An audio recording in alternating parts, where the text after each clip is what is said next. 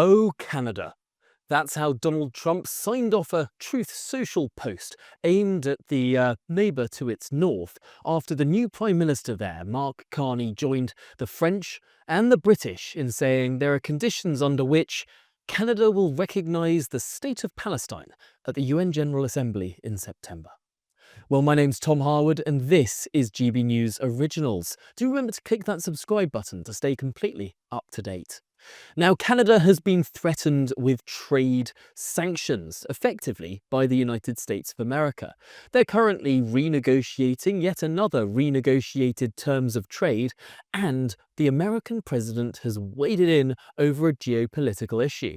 Yes, the Canadians have been following in the footsteps of the French and the British to say that their working assumption is they will officially recognise the State of Palestine at the UN General Assembly if Israel doesn't accede to a number of conditions, including a complete ceasefire in Gaza.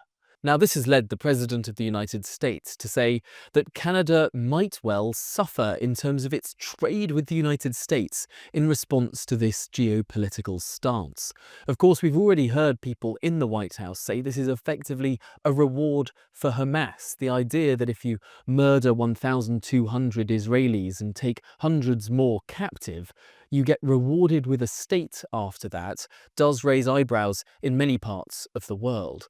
But of course, that is what the Israelis have been saying for some time, that countries like France, the United Kingdom, and now Canada, three G7 members, the first three G7 members to say that they are now committed to recognising a state called Palestine, it is seeming that they are, in the eyes of the Israelis, recognising and rewarding some of the most barbarous acts of terrorism that we've seen this century.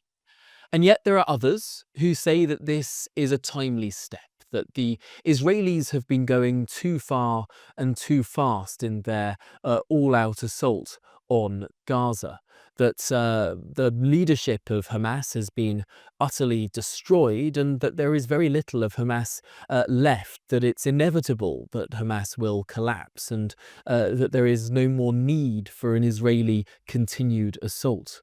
Well, these are two intractably opposed positions, but it does seem that the centre of gravity in terms of the politics of some of these G7 countries has significantly shifted over the course of the last 6 months.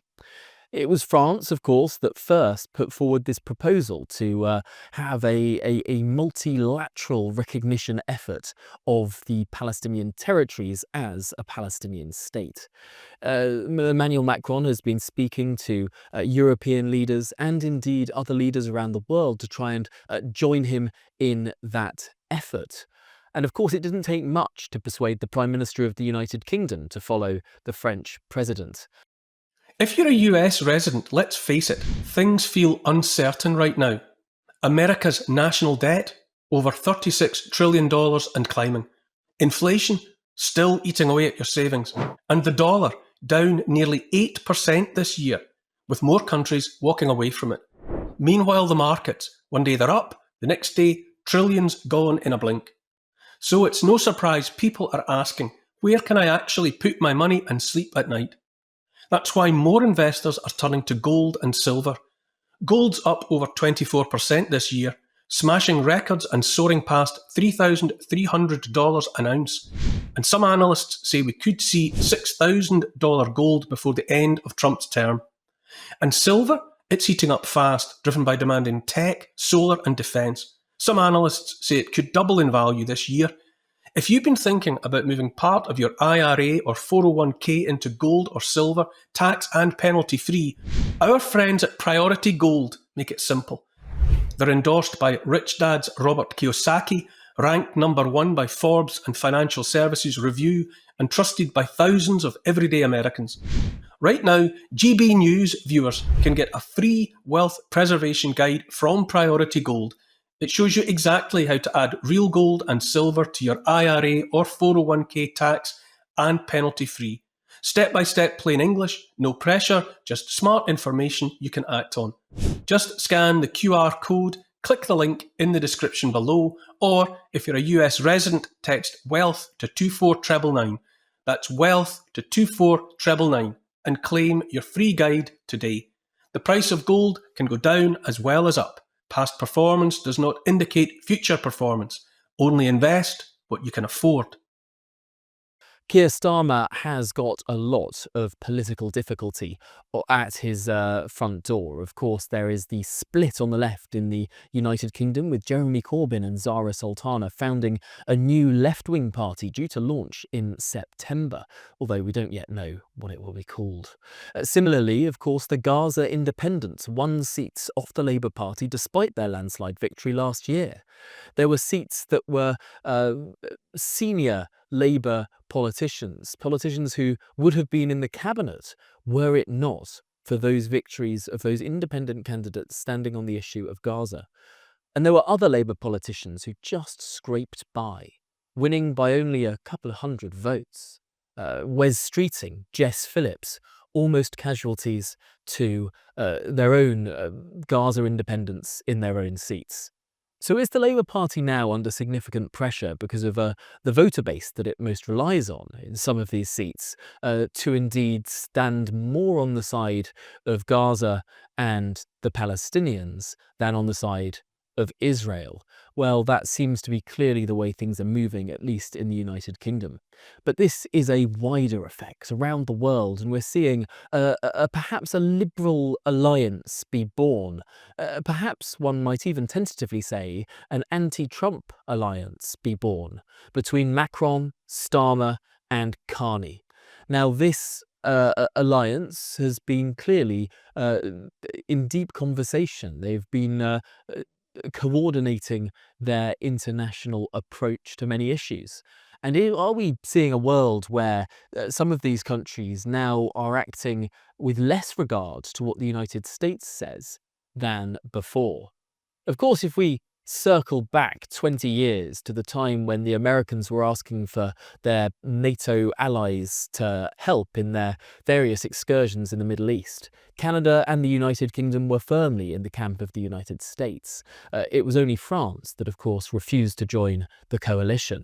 That led in the United States to, for a brief time in some restaurants, French fries being renamed Freedom Fries, because that was the way to show the French that they did not much appreciate the lack of camaraderie at that particular time. But now it seems that we're in a completely different world, that the Americans are not so aligned with the British and the Canadians, and certainly not the French.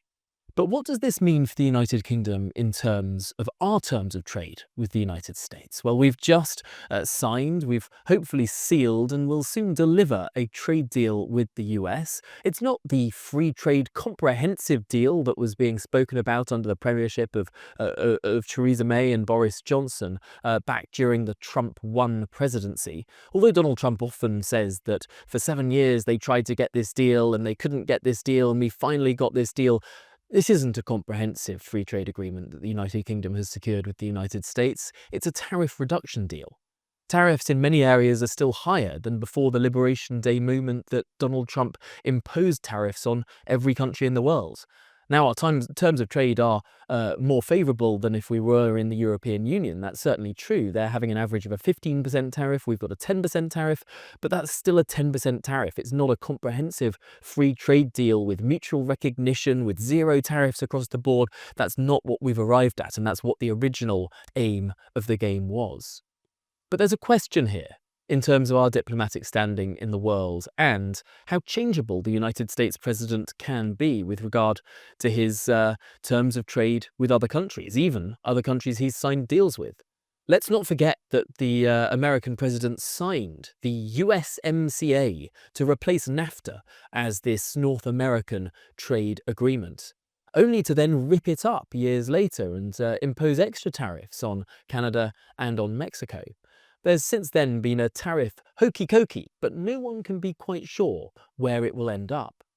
Does that mean that Britain can't be entirely sure that our trade deal with the United States is there to stay? Could it be that if Israel does not agree to a ceasefire, if those regular trucks of aid are not regularly being driven through Gaza, that the United Kingdom then recognises the Palestinian mission as a state, recognises it in September at the United Nations General Assembly. And then could that mean that there are trade sanctions imposed on the United Kingdom by the United States, following the logic of what Donald Trump was saying about those Canadian negotiations? Well, no one can be quite sure. What we can be sure of is that Donald Trump does not take fools gladly, and he does change his mind and indeed can go back on agreements.